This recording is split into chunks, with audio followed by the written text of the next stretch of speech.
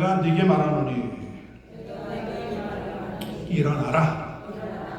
Jesus said, I say to you, young man, get up. May God bless upon your heart and the message. 하나님께서 우리의 심령에 복을 더하여 주시게 되기를 간절히 소원합니다. 시간을 알려주는 기능을 가진 물체를 가리켜서 우리는 시계라고 부릅니다. 지금이야 손목시계라든지 전자시계가 있어서 쉽게 시간을 알 수 있지만 고대 사회에서는 시간을 알 수 있는 해시계라든지 혹은 모래시계를 사용했다고 합니다. 가운데가 잘록한 유리병에다가 모래를 넣으면 서서히 모래가 떨어지는 겁니다. 그것이 첫 번째 시간입니다. 그러다가 모래가 유리병의 아래로 다 떨어지면 다시 돌려놓습니다. 그것이 마지막 시간이기 때문에 그렇습니다. 그렇게 시간의 흐름을 재는 것이 모래시계의 기능입니다. 여러분의 모래시계는 지금 몇 시 몇 분을 가리키고 있습니까? 나의 모래시계는 지금 하나님 앞에 내 삶이 얼마나 남았다고 알려주고 있을까요? 미국 내에 유수한 대학으로 손꼽히는 아이빌리그 중에서 하버드 대학교의 학생들이 졸업하기 전에 필수로 외운다고 하는 인생 명언 8가지라는 것이 있습니다. 그 첫 번째, 땀이 피보다 싸다. 그러므로 매일매일 하루를 땀을 흘리고 사는 겁니다. 두 번째, 세상이 널 짓밟을수록 네가 올라갈 수 있는 발판은 넓어진다. 실망하지 말라는 거죠.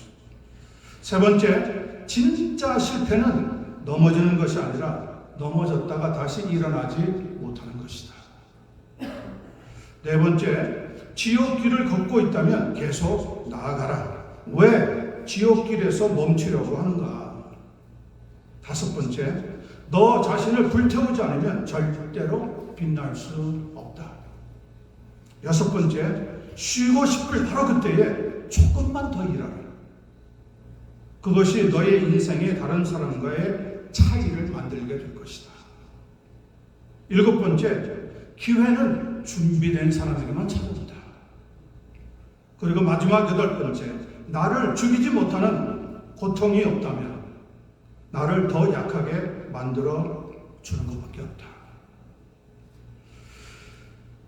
나의 약함, 나의 단점을 극복하고 이겨내야 한다는 말입니다. 저는 본문 말씀을 살피면서 그 8가지의 인생 명언 중에서 4번째 내용이 생각이 났습니다. 지옥 길을 걷고 있다면 계속 나아가라. 왜 지옥 길에서 멈추려고 하는가? 오늘 본문을 보면 아들이 죽어서 장례를 치러야 하는 과부 어머니의 이야기가 소개되고 있습니다. 가히 그 과부 어머니는 지옥 길을 걷고 있다고 말해도 틀린 말은 아닐 겁니다. 독자였던 아들이 죽었기 때문에. 하나님께서 그 어머니에게 어떤 은혜를 주셨는지 우리가 말씀을 살펴볼 때에 우리에게도 하늘의 위로와 소망을 얻게 되는 축복의 이 시간 되기를 간절히 축원합니다. 11절 12절 봅니다. 그 후에 예수께서 나인이란 섬으로 가실새 제자와 많은 무리가 동행하더니 성문에 가까이 이르실 때에 사람들이 한 죽은 자를 메고 나오니 이는 한 어머니의 독자요 그의 어머니는 과부라. 그 성의 많은 사람도 그와 함께 나오더라. 이 말씀에서 주제가 뭐냐? 우리의 인생에는 절망이 찾아오는 것을 알아야 한다는 겁니다. 예수님은 지금 자기의 집이 있던 가버나움을 떠나서 남쪽으로 약 25마일 정도 떨어진 나인이라고 하는 동네를 향해서 이동하고 있었습니다. 이때 11절을 보니까 새로운 제자와 많은 무리가 함께 동행했다고 기록합니다. 나인이라고 하는 것은 즐거운 곳이라고 하는 뜻인데 헐몬산 비탈에 있었던 아주 작은 동네였습니다. 그런데 도착해 보니까 즐거운 곳이라고 하는 이름과는 달리 슬픈 일을 만나게 된 겁니다. 그것은 한 어머니의 독자인 아들이 죽어서 관에 실려 성 밖으로 메고 나오고 있었기 때문입니다. 어머니는 과부였고 아들은 외아들이었습니다. 미국의 심리학자인 토마스 홈스와 리처드 라헬이라고 하는 사람이 개발한 스트레스 지수라고 하는 비율표를 보면 거기에 4대 스트레스라고 하는 것이 있습니다. 이것은 누구에게나 있는 스트레스입니다. 죽음과 이혼, 질병과 실패가 그것입니다. 토마스 홈스와 리처드 라헬 두 사람은 사람이 한평생 살아가면서 어떤 상황에서 받는 스트레스가 100이라고 하는 숫자를 기준으로 할 때 가장 많은지를 계산해 내었습니다. 첫 번째, 최고의 스트레스를 주는 사건이 무엇이냐? 가족의 죽음이랍니다. 여기에는 배우자의 죽음이나 자녀의 죽음이 포함이 되는 겁니다. 이때 스트레스의 지수를 100으로 기준으로 할 때 무려 85가 된다고 합니다. 두 번째, 그 다음으로 스트레스를 많이 주는 것은 이혼이라고 합니다. 이때 스트레스의 지수는 100을 기준으로 할 때 75가 될 정도랍니다. 세 번째, 그 다음으로 많이 받는 스트레스는 질병입니다. 이것은 실상 많은 사람들이 두려워하는 것이기도 합니다. 이때 스트레스 지수는 100을 기준으로 할 때 70이 된다고 합니다. 그리고 네 번째 스트레스 지수에 해당하는 것은 사업의 실패 혹은 직장에서의 해고가 된다고 합니다.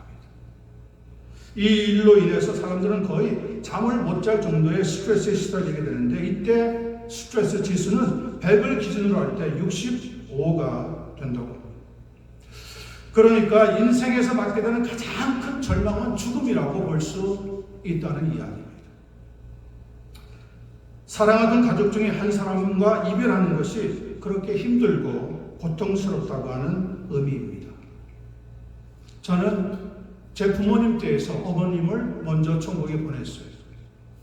그리고 제 자녀 가운데서 한 명을 천국으로 또 보낸 적이 있어요.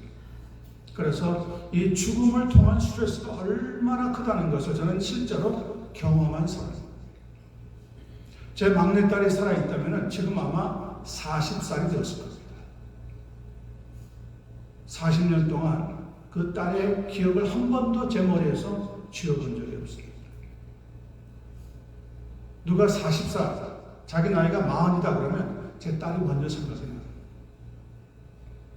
그만큼 가족 중에, 사랑하던 가족 중에 한 사람이 떠난다는 것은 엄청난 스트레스를 주는 사건인 겁니다. 오늘 보면 12절에 보니까 과부 어머니가 있는데 독자인 아들을 잃었다고 했습니다. 그리고 장례식을 마친 다음에 죽은 아들이 들어있는 관을 메고 나인 성 밖으로 나갈 때 많은 사람들과 함께 그 뒤를 따라가고 있었습니다. 여기서 과부라고 하는 단어가 제공하고 있는 의미는 그녀의 비참한 경제적인 삶을 반영하고 있다고 하는 겁니다. 지금과 달리 1세기 당시에는 남편이 죽고 아내가 혼자서 생계를 꾸려나간다고 하는 것이 심히 어려운 일이었다고 합니다. 그런 어려운 상황 속에서도 어머니에게는 소망이 하나 있었습니다. 자기 아들이 살아있다는 겁니다. 자기 아들을 위해서 자기는 모든 헌신을 할 준비가 되어 있었던 겁니다. 그런데 그 아들이 죽었습니다. 엄청난 상심과 아픔에 빠져 있을 수밖에 없었습니다. 그런데 이런 일이 남의 일이 아니라 우리에게도 찾아온다는 겁니다. 이런 현실 앞에서 과연 웃을 수 있는 사람이 있겠습니까? 아무도 없습니다. 사람들은 그때 절망하게 되는 겁니다. 내 힘으로 안 되는 일이 있구나. 예수님 당시에 성문 근처는 그 지역 주민들의 집회 장소로 쓰였고요. 또 유대인들은 사람이 죽으면 죽은 당일에 장례를 치르는 것이 관습이었다고 합니다. 그러므로 예수님을 따르는 많은 무리와 장례 행렬을 따르는 많은 무리와의 만남은 실로 아이러니컬한 상황을 연출하고 있다고 본문은 말씀하고 있습니다. 여러분, 이것이 우연히 연출된 상황일까요? 아닙니다. 받아들이기는 쉽지 않지만 그것이 차가운 현실입니다. That is the fact of life. 그게 우리의 현실이에요. 현실. 역사가 시작된 이래 이 상황은 여태껏 반복되어 왔습니다. 여러분은 그런데 과연 어떤 무리 속에 속가 있다고 생각하십니까? 두 가지 상황을 생각해 볼 수 있습니다. 지금 예수님을 따르면서 성문 안으로 들어가는 많은 사람들은 산자를 따르는 무리입니다.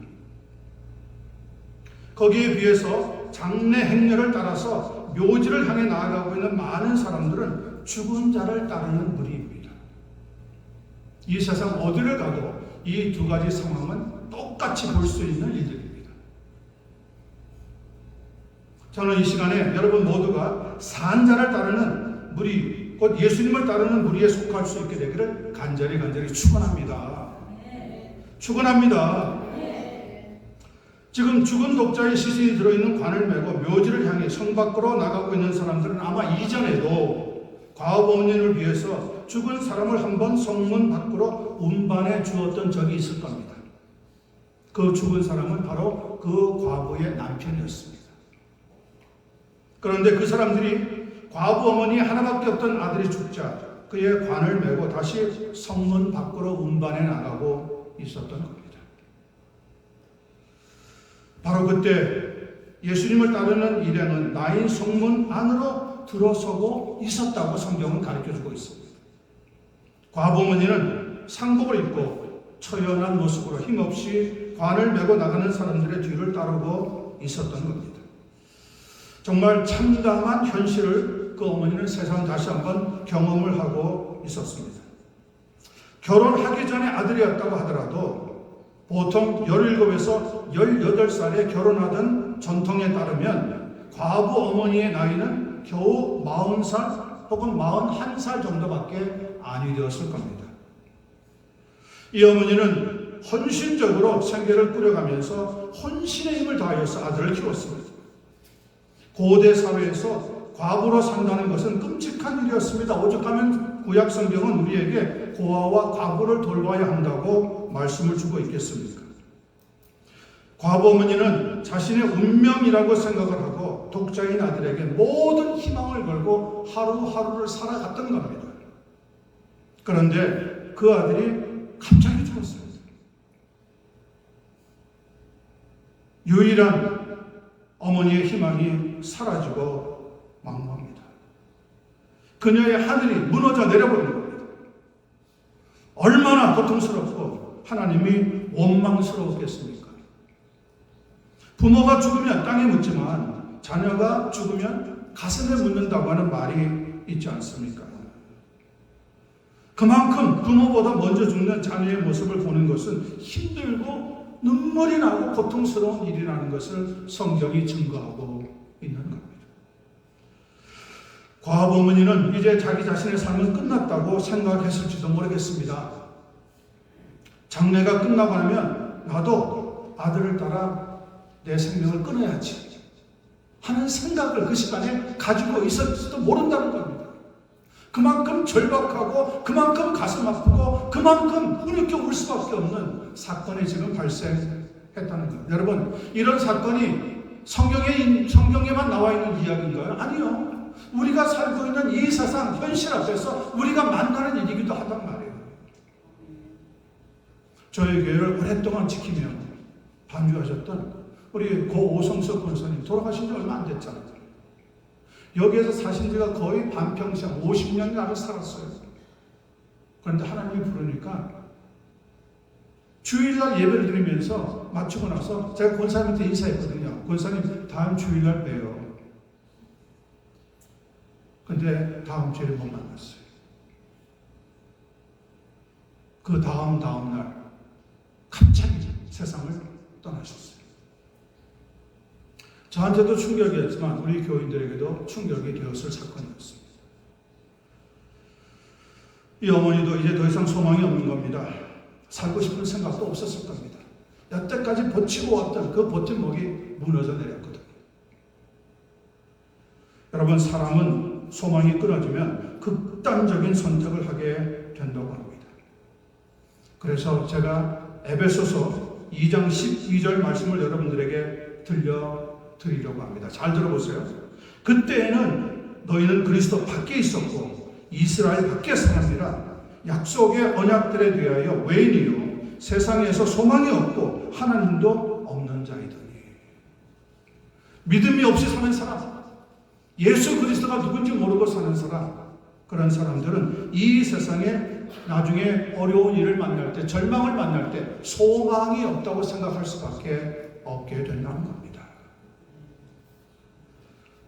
우리도, 나도, 여러분도 예수 그리스도를 알기 전에는 소망이 없었습니다.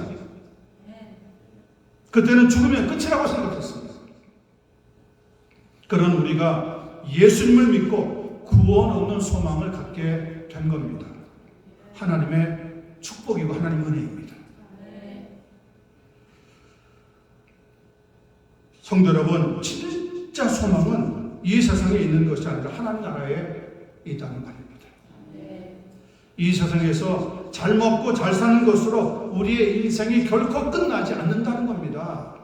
여러분의 나이가 얼마인지 상관없이 한 번쯤은 꼭 겪어야 하는 사건이 우리 앞에 찾아오게 된다는 거예요.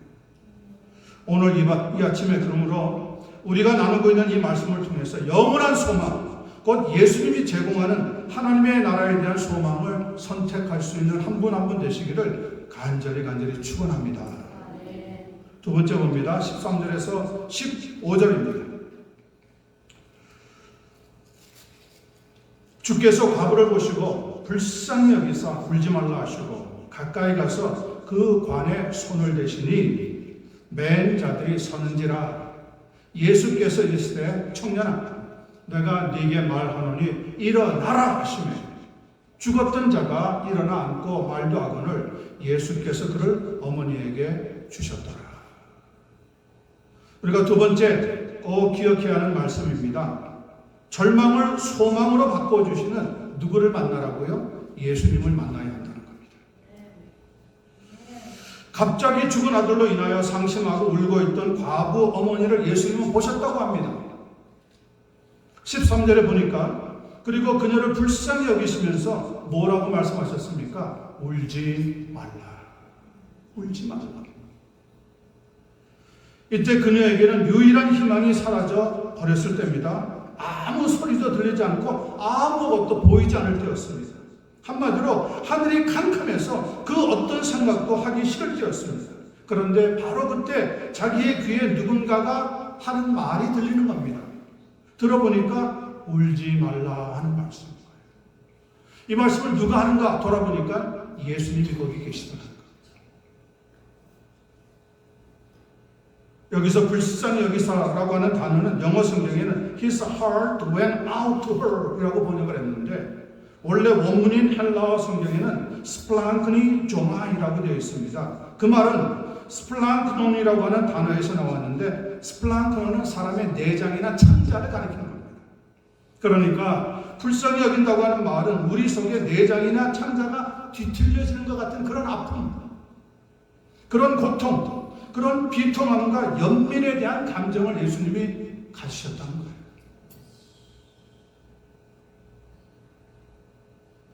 예수님께서 우리에게 이적을 행하실 때 그 배경은 바로 이 사랑과 긍휼에 들어 있습니다.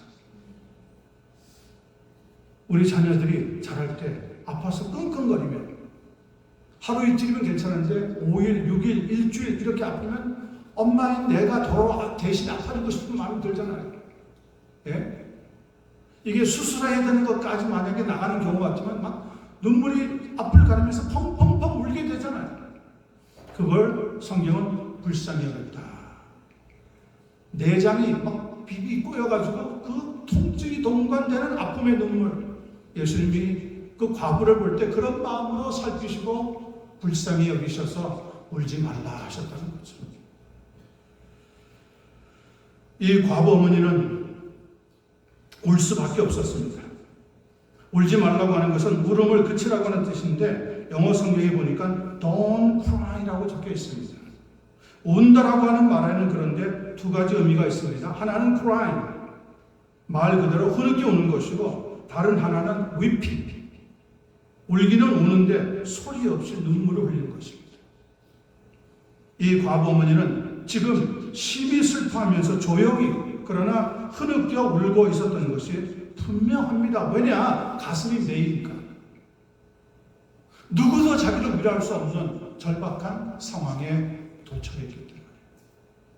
여러분, 그런 절망적인 순간에 여러분 그래도 소망을 가져야 되는 것은 울지 말라고 말씀하시는 우리 주님 예수님이 내 삶의 한복판에 있다는 것을 꼭 깨닫게 되기를 축원합니다.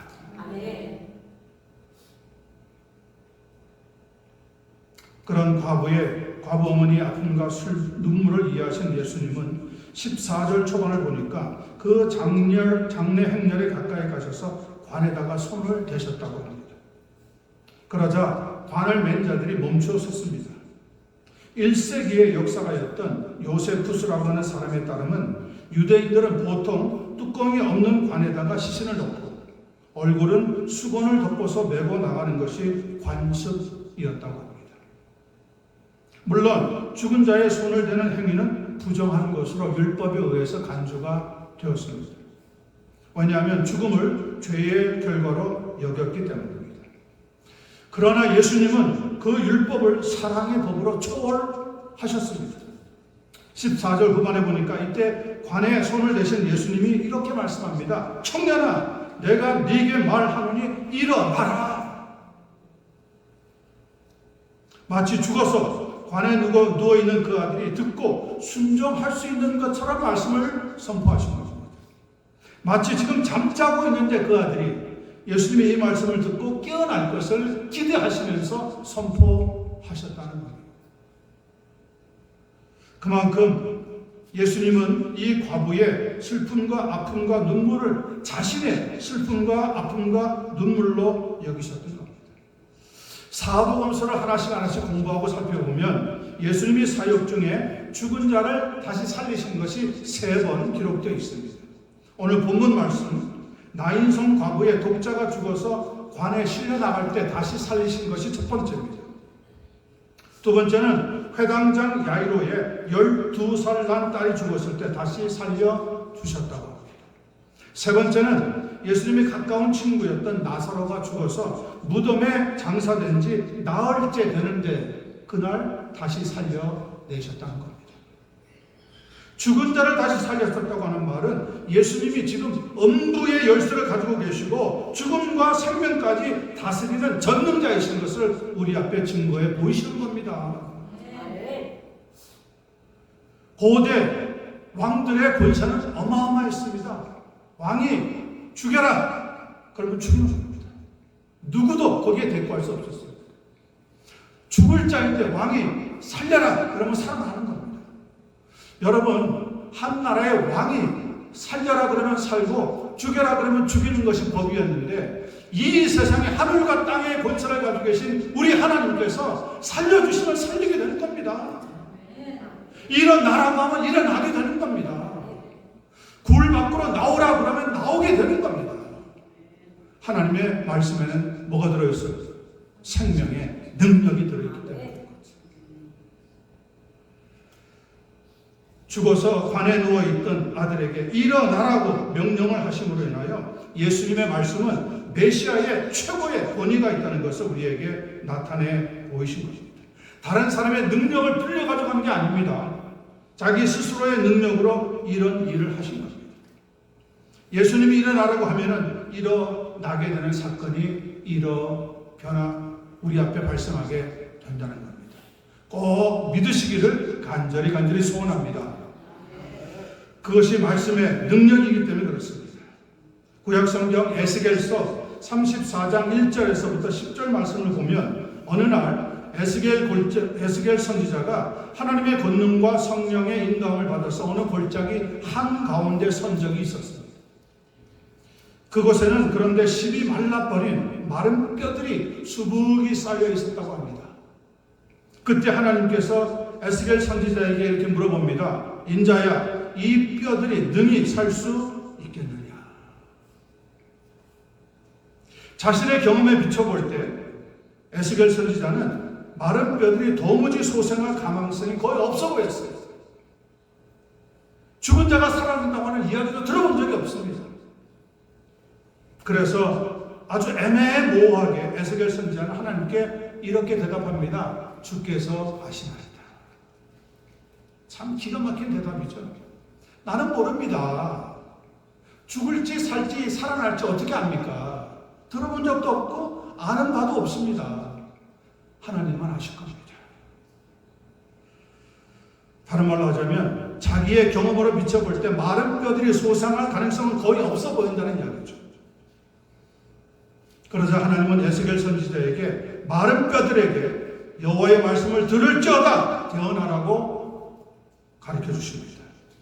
내가 생기를 너희에게 들어가게 하리니 너희가 살아나리라 그렇게 대언하라고 명령하라는 겁니다. 에스겔 선지자가 그 말씀을 받아가지고 순종해서 모든 뼈들에게 이렇게 대언합니다. 너희 마른 뼈들아, 너희 위에 힘줄을 주고 살을 입히고 가죽으로 덮고 너희 속에 생기를 불어넣으리니 너희가 살아나리라. 또 내가 여호와인 줄 너희가 알리라. 여러분, 그렇게 대언하는데 어떤 일이 발생했는지 아세요? 소리가 나고 움직이고 이 뼈 저 뼈가 들어맞더니 뼈들이 서로 연결되면서 사람의 모양이 만들어지더라는 겁니다. 그런데 그 안에 뭐가 없었습니까? 생기는 없었습니다. 다시 하나님께서 에스겔 선지자에게 명령하십니다. 인자야, 너는 생기를 향하여 대언하라. 생기에게 대언하여 이르기를 주 여호와께서 이같이 말씀하시기를 생기야, 사방에서부터 와서 이 죽음을 당한 자에게 붙어서 살아나게 하라. 에스겔 선지자가 담대하게 서서 이 뼈 저 뼈가 합쳐있는 마른 뼈 위에다가 하나님의 말씀을 대언합니다. 생기야 불어오라. 그러자 양 사방에서 하나님이 보내시는 생기가 불어오더니 그 마른 뼈 위에 살이 덮이고 피부가 생기고 사람의 모습이 다시 만들어지더니 죽은 자들이 다 일어나는데 큰 군대와 같은 사람이 나타나게 되었다는 겁니다. 여러분, 이게 뭡니까? 이게 부활의 능력입니다. 이게 뭡니까? 이게 말씀의 능력입니다. 이게 뭡니까? 이게 하나님의 능력이라는 것을 우리에게 보여주고 있는 겁니다. 죽은 자가 살아나게 하시는 것 누가 할 수 있는 일입니까? 사람이 할 수 있는 일이 아니잖아요. 하나님만이 하실 수 있는 일이잖아요. 그런데 왜 하나님을 믿지 않잖아요? 그런데 왜 하나님을 의지하지 않는 거예요? 여러분, 어느 날 갑자기 하나님을 탁 경험해 보세요. 그러면 자기도 모르게 눈물이 울컥 솟아나게 됩니다. 내가 왜 하나님을 제대로 믿지 않았던가? 이 자리가, 이 시간에 하나님의 은혜가 그렇게 부어지는 자리가 되기를 간절히 소원합니다. 하나님은 마른 뼈도 살리시는 분인 것을 믿게 되기를 바랍니다. 15절을 보세요. 그랬더니 죽었던 자가 일어나 앉고 말도 하거늘 예수께서 그를 어머니에게 주셨더라. 죽었던 자가 일어나 앉고 말도 하더라고 합니다. 이것을 가리켜서 우리가 기적이라고 말하는 거죠. 여기서 일어나 앉고 말도 하더라고 하는 것은 기록한 사람이 누군지 아세요? 이렇게 기록한 사람이 의사였던 누가였습니다. 누가는 상식적으로나 의학적으로 아무리 생각해봐도 죽었다가 살아난 자가 있다는 것을 믿을 수가 없는 겁니다. 그런데 자기가 예수님을 믿고 나니까, 자기가 하나님을 믿고 나니까 기적이라는 것은 우리의 상상을 뛰어넘어서 현실에 존재한다는 것을 깨닫게 되었다는 거죠. 그래서 많은 이야기가 있지만 이 이야기가 본문 7장에 딱 기록되어 있는 거죠. 그리고 우리에게 주는 은혜가 뭡니까? 너희도 죽었다가 다시 살아나는 부활의 기적의 역사에 있는 것을 믿고 믿음 생활을 감당하라는 겁니다.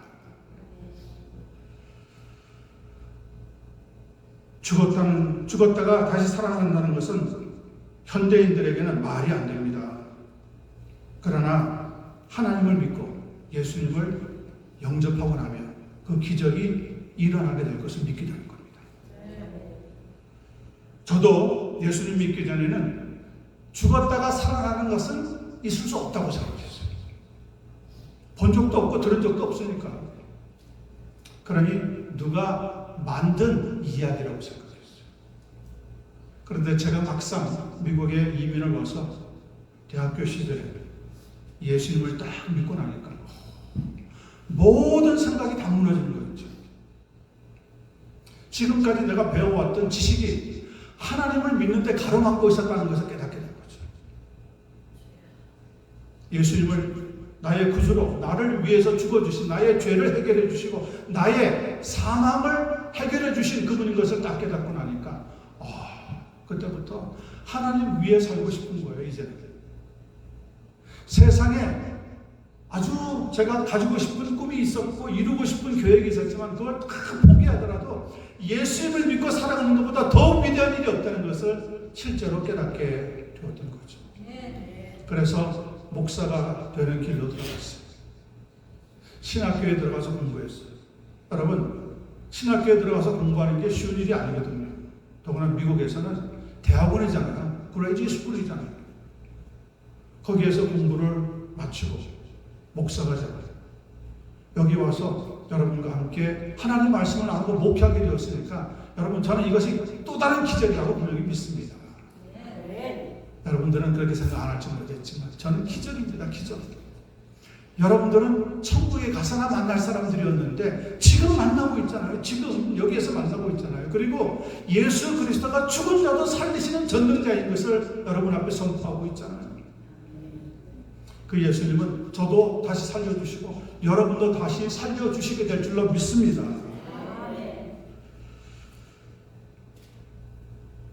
예수님은 죽은 아들을 살려주셔서 그 아들을 과부 어머니에게 다시 돌려주었습니다. 그때 아들을 다시 찾은 그 기쁨과 그 감격을 어머니가 어떻게 잊고 살아갈 수가 있겠습니까? 그 어머니도 그 아들도 하나님을 믿고 믿음 생활을 감당했을 것이 분명한 거죠. 이처럼 죽었다가 다시 살아나게 하시는 예수님의 능력은 하나님의 능력이었고 그 능력은 하나님의 말씀 안에 들어있었다는 것을 우리는 기억할 필요가 있습니다. 로마서 8장 2절입니다. 이는 그리스도 예수 안에 있는 생명의 성령의 법이 죄와 사망의 법에서 너를 해방하였습니다. 죽음이 우리를 이길 수 없다는 거예요. 고린도후서 1장 10절입니다. 그가 이같이 큰 사망에서 우리를 건지셨고 또 건지실 것이며 이후에도 건지시기를 그에게 바라노라. 예수님이 살았던 그 당시에 있었던 사도들이 죽은 자가 살아날 것을 믿었고 그 이후의 교회 시대에 역시 예수님이 죽은 자를 살리신다는 것을 믿었고 지금 이 세대를 살아가는 우리도 예수님을 인하여서 부활의 생명에 도착하게 된다는 것을 믿게 하시는데 그것이 바로 하나님의 능력이라는 거죠. 디모데후서 1장 10절은 또 이렇게 말합니다. 이제는 우리 구주 그리스도 예수의 나타나심으로 말미암아 나타났으니 그는 사망을 피하시고 복음으로써 생명과 썩지 아니할 것을 드러내신지라. 새 생명을 우리에게 드러내 보이셨습니다. 예수님 자신이 죽었다가 사흘 만에 다시 살아나십니다. 우리에게 이 세상이 끝이 아니라 죽음이 끝이 아니라 다시 생명이 있고 다시 살아가는 내세가 있다는 것을 보여주셨다고 하는 거예요. 여러분, 현세만 믿는 사람은 가장 불쌍한 사람입니다. 아무리 떵떵거리고 아무리 잘나고 아무리 똑똑해도 그 사람은 죽을 때 결국 사망의 권세 밑에 항복하고 마는 겁니다. 그런데 우리는 죽음을 맞이해요. 그러나 사망의 권세에 항복하지 않아요. 왜냐, 우리는 우리의 영혼이 하늘나라에 들어가서 하나님과 함께 부활의 생명과 기쁨을 누리게 될 줄로 믿기 때문에 그런 겁니다. 본문에서 일어나라고 말씀하신 분은 예수님입니다. 결코 내가 아닙니다. 우리가 아닙니다. 예수님의 능력이 곧 하나님의 능력이라는 것입니다. 그 말씀의 능력을 붙잡고 기적의 삶을 살아가는 한 분 한 분 되시기를 예수님의 이름으로 간절히 축원합니다. 마지막 16절 17절입니다. 모든 사람이 두려워하며 하나님께 영광을 돌려 이르되 큰 선지자가 우리 가운데 일어나셨다 하고 또 하나님께서 자기 백성을 돌보셨다 하더라. 그리고 나서 17절 예수께 대한 이 소문이 온 유대와 사방에 두루 퍼지더라. 말씀의 요지가 뭡니까? 예수님으로 인해 새 생명을 얻은 사람들은 하나님께 영광을 돌리는 삶을 살아야 합니다. 누가는 마지막으로 사람들의 반응을 기록해 놓았습니다. 모든 사람이 두려워하며 하나님께 영광을 돌렸더라. 그렇게 기록한 겁니다. 큰 선지자가 우리 가운데 일어나셨다는 것은 전에 보지 못했던 놀라운 이적으로 인해서 예수님을 엘리야나 엘리사 같은 위대한 선지자로 이해하게 되었다는 의미입니다. 비록 그 칭호가 적합한 것은 아니지만 사람들이 예수님의 크신 권능에 압도당하여서 하나님께 찬양을 드리고 영광을 돌리게 된 것은 사실이라는 말입니다. 그래서 예수님에 대한 소문이 유대 지역만 아니라 유대 땅 전체에 꼬리에 꼬리를 물고 각처로 퍼져나가게 되었다고 말씀을 증거하고 있습니다. 본문을 잘 보셨겠지만 예수님은 많은 말씀을 하지 않았습니다. 딱 두 마디 하셨습니다. 딱 두 마디. 첫 번째는 울지 말라는 겁니다. 이거는 아들을 잃어버린 과부에게 주셨던 위로의 말씀. 두 번째는 살아나라고 하는 말씀이었습니다. 이것은 죽었던 그 아들이 죽음을 이기고 부활의 생명으로 살아나라고 권면하신 말씀입니다. 딱 두 마디, 울지 말라. 그 과부 어머니의 마음에 위로가 찾아왔습니다. 살아나라! 죽었던 독자 아들이 다시 살아났습니다. 그리고 사람들의 반응입니다. 두려워하면서도 야, 우리 가운데 하나님이 큰 선지자를 통하여서 놀라운 일을 행하셨다. 영광을 돌리고 찬양을 부르게 되었다는 거예요.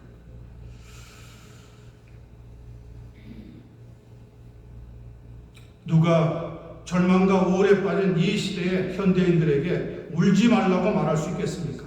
그것은 부활이요 생명이신 예수님밖에 하실 분이 없습니다. 지금 관속에 누워 있는데 이제 곧 무덤에 묻혀야 할 인생에게 내가 네게 말하노니 일어나라고 말할 수 있는 사람이 누가 있습니까? 그것 역시 부활이요 생명이 되시는 예수님밖에는 할 사람이 없다는 겁니다.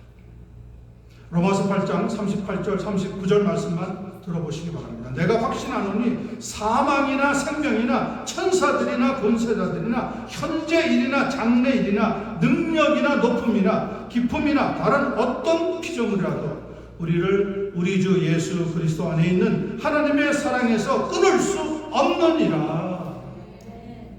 사망도 우리를 하나님으로부터 끊어낼 수가 없어요. 죽음을 생명으로 바꿀 수 있는 분은 예수님밖에 없습니다. 고통을 기쁨으로 바꿀 수 있는 분도 예수님밖에 없습니다. 절망을 소망으로 바꿀 수 있는 분도 예수님밖에 없습니다. 죽음을 생명으로 바꾸실 수 있는 분, 바로 그 예수님을 믿는 것이 구원의 역사입니다. 예수님이 오늘 우리에게 하신 말씀을 꼭 기억하시길 바랍니다. 울지 말라, 일어나라. 그것이 복음입니다. 고린도전서 18절은 복음에 대해서 이렇게 이야기합니다. 십자가의 도가, 십자가의 복음이 멸망하는 자들에게는 미련한 것이나 구원을 받은 우리에게는 하나님의 능력이 됩니다. 하나님의 능력으로 우리는 다시 살아나게 될 것입니다. 여러분, 산자의 무리에 속해서 하나님 나라에 가시겠습니까? 아니면 장래 행렬을 쫓아서 묘지에 들어가는 것으로 여러분의 인생을 마치겠습니까? 두 무리 중에 하나를 선택하셔야 됩니다. 예배를 마치고 기도를 드리고 머리 들기 전에, 예배 마치고 나가기 전에 여러분의 심령에 하나님의 나라가 임하게 되기를 바랍니다. 예수님이 말씀하신 것처럼 일어나라고 하는 생명의 역사가 우리의 영혼에게 일어날 수 있게 되기를 우리 주님 예수님의 이름으로 간절히 축원합니다.